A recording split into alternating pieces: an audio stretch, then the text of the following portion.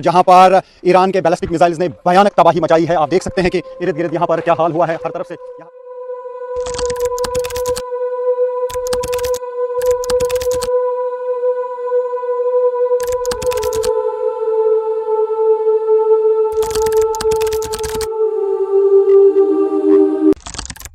ایران اور اسرائیل کا یہ مسئلہ جس حد تک گیا ہے ابھی نہیں لگتا کہ اس مسئلے کا حل نکلا جائے گا، لیکن اب کئی سلوشن باقی ہے جو میں آپ لوگوں کے ساتھ اسی ویڈیو میں شیئر کرنے والا ہوں.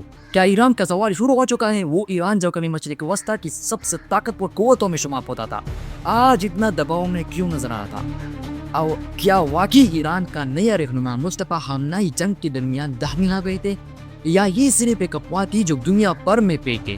آج کی اس کہانی میں ہم پورے صورتحال کو آسان الفاظ میں سمجھیں گے تاکہ آپ کو پتہ چلے کہ اصل میں ہو کیا رہا ہے. سب سے پہلے بات کرتے ہیں ایران کے صدر مسعود پزشکیان کی. انہوں نے ایک بیان میں کہا ہے کہ ایران جنگ کو ختم کرنا چاہتا ہے، لیکن اس کے لیے 3 بنیادی شرطیں ضروری ہے. ان کا کہنا ہے کہ سب سے پہلے دنیا کو ایران کے جائز حقوق تسلیم کرنے ہوں گے، یعنی ایران کو اپنی حفاظت اور ترقی کا وہی حق ملنا چاہیے جو باقی ممالک کو ہے. اور دوسری شرط یہ رکھی گئی کہ جو نقصان ایران کو اس جنگ میں ہوا اس کا بھرپور معاوضہ دیا جائے. اب ایران کا کہنا ہے کہ جنگ اس پر تھوپی گئی ہے، اس لیے نقصان کا ذمہ دار بھی اسرائیل اور امریکہ ہے. تیسری اور سب سے اہم شرط یہ ہے کہ آنے والے وقت میں ایران پر دوبارہ حملہ نہ کی جائے اور اس کا ایک مضبوط بین الاقوامی ضمانت دی جائے. ایران کا یہ بھی کہنا ہے کہ انہوں نے کچھ بڑے ممالک کے رہنماؤں سے رابطہ بھی کیا ہے تاکہ کسی طرح بات چیت کے ذریعے سے حل نکلا جا سکے. لیکن دوسری طرف امریکہ کا لہجہ بالکل مختلف نظر آ رہا. امریکہ کے صدر ڈونلڈ ٹرمپ کا کہنا ہے کہ جنگ ابھی ختم نہیں ہوئی ہے اور امریکہ اپنے مقصد پورے کیے بغیر پیچھے نہیں ہٹے گی. انہوں نے ایک جلسے میں کہا ہے کہ اگر ایران نے تیل کی رسد کو روکنے کی کوشش کی، خاص طور پر اس سمندری راستے پر جہاں سے دنیا کے بہت سے تیل گزرتا ہے، یعنی اسٹریٹ آف ہارموز، تو امریکہ اور بھی سخت قدم اٹھائے گا. یہ راستہ اس لیے بہت اہم ہے کیونکہ مشرق وسطی سے دنیا کے کئی ممالک تک تیل یہی سے جاتا ہے. اگر یہ راستہ بند ہو جائے تو تیل کی قیمتیں اچانک خود زیادہ بڑھ سکتی ہے اور ابھی بڑھ بھی گئی ہے اور دنیا بھر کی معیشت پر برا اثر پڑ سکتا ہے. ٹرمپ نے یہ بھی دعویٰ کیا ہے کہ امریکی فوج نے ایران کی ہوائی اور سمندری طاقت کو کافی نقصان پہنچایا ہے اور انہیں امید ہے کہ چند ہفتوں میں جنگ کا فیصلہ ہو سکتا ہے. اسی تناؤ کا اثر صرف جنگ تک محدود نہیں ہے بلکہ دنیا کی معیشت پر بھی بہت برا اثر ہے. جب تک تیل کی رسد پر خطرہ پیدا ہوتا ہے تو بازار میں قیمتیں اور بھی زیادہ ہو جاتی ہیں اور عام لوگوں کو مہنگائی کا سامنا کرنا پڑتا ہے. اسی خوف کو دیکھتے ہوئے انٹرنیشنل ایجنسی نے ایک بڑا قدم اٹھایا ہے. اسی ادارے نے فیصلہ کیا ہے کہ اپنے ذخیرے تیل میں سے 40 کروڑ بیرل کی تیل بازار میں نکلا جائے تاکہ رسد برقرار رہے اور قیمت زیادہ نہ ہو جائے. اور اسی ادارے میں جتنے بھی ممالک شامل تھے ان سبھی نے یہ فیصلہ منظور کر لی.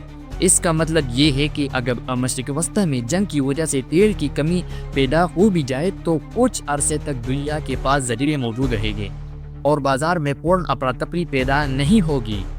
اسی دوران ایران کی سیاست میں بھی ایک بڑی تبدیلی کا ذکر ہو رہا ہے. ایران کے پرانے رہنما خامنہئی کے بعد ان کے بیٹے مصطفیٰ خامنہئی کو نیا رہنما بنایا گیا. جنگ کے درمیان ایک افواہ پھیلی تھی کہ مصطفیٰ خامنہئی حملے میں زخمی ہوئیں گے. اسی خبر نے لوگوں میں اور بھی زیادہ بے چینی پیدا کر دی کہ اگر ملک کا ایک رہنما ذہنی ہو جائے تو سیاست اس کی صورتحال کو بھی الجھ سکتی ہے.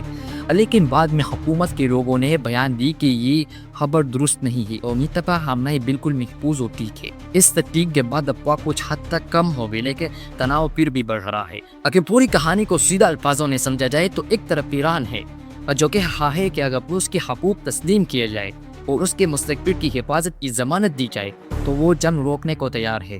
اور دوسری طرف امریکہ کا کہنا ہے کہ ابھی بھی جنگ کا فیصلہ باقی ہے اور وہ پیچھے ہٹنے کی موڈ میں نہیں ہے. اسی درمیان اسرائیل بھی اسی تناؤ کا حصہ ہے اور پورے علاقے کے ایک نازک صورتحال سے گزر رہا ہے.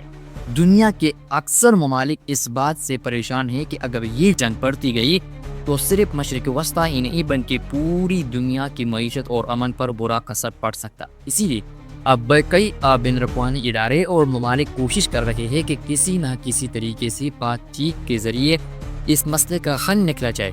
فی الحال صورتحال یہ ہے کہ ایک طرف امن کی شرطیں رکھی جا رہی ہے اور دوسری طرف سخت بیانات اور دھمکیاں دی جا رہی ہے. دنیا بے چینی سے دیکھ رہی ہے کہ اگلا قدم کیا ہوتا ہے. کیا یہ تناؤ اور امن میں بدل جائے گا یا پھر